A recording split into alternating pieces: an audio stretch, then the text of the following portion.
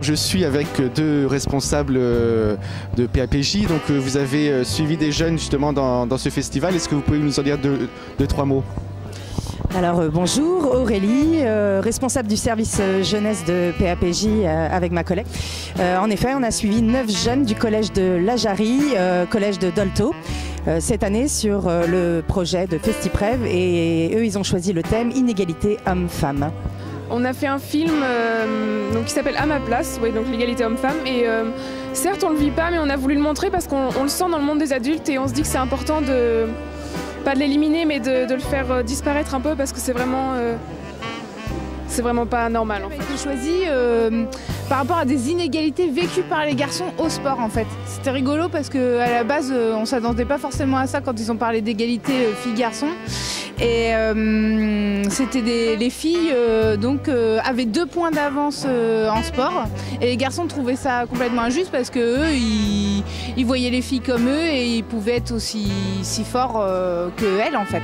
Il y a une semaine, on a pu le montrer à nos camarades au collège dans une salle de visionnage et on devait expliquer pourquoi on a fait ça et on leur a expliqué que pour nous ça nous touchait un peu aussi.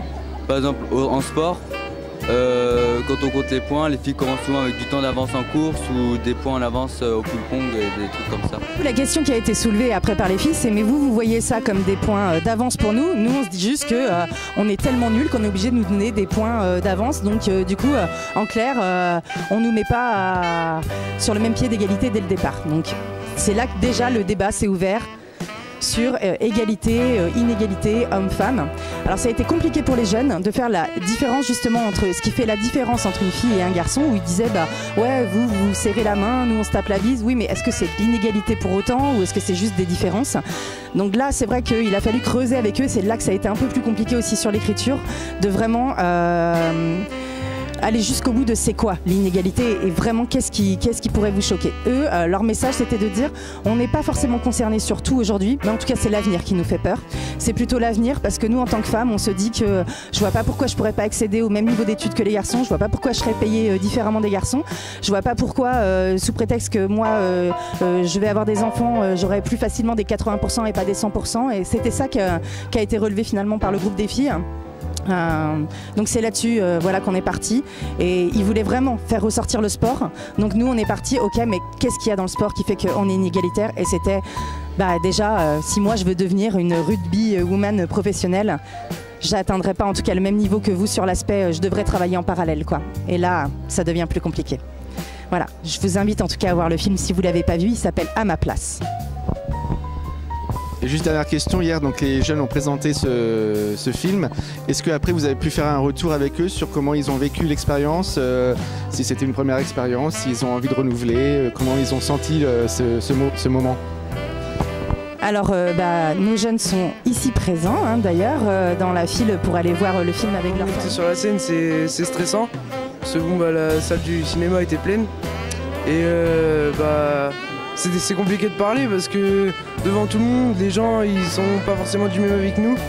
Donc si on donne un avis, il peut y avoir ça va faire réaction et tout. Et donc du coup c'est compliqué quoi. Dans la salle il y a eu des réactions, souvent nous on voulait en fait pas que ce soit dramatique, on voulait apporter beaucoup d'humour. On pense que c'est plus facile de faire passer un message en rigolant. Et du coup il y a eu pas mal de rires. Et puis après quand on a été présenter notre film sur la scène, on a fait rire aussi, donc c'est ce qui comptait pour nous. Super fiers de leur réalisation.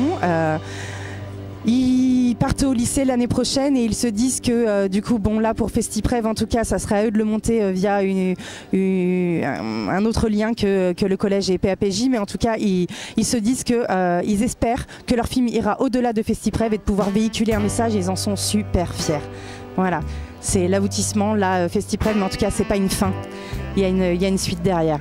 C'est vraiment bien, on a découvert plein de métiers du cinéma, donc caméraman déjà, donc Erwan était notre caméraman, voilà, c'est lui qui a tourné. Après il y a le perchiste, il y a plein de choses, il y a le clap, puis après nous on a fait les acteurs, donc on a joué, donc c'était vraiment bien, on a vraiment aimé. Donc là vous attendez pour présenter le film à votre famille? Oui c'est ça, on va passer, on va aller dans la salle et on va le présenter, ouais. Impatiente? Un peu ouais, j'aimerais bien le voir, ouais. Très bien, alors bon courage, bon festival et à bientôt.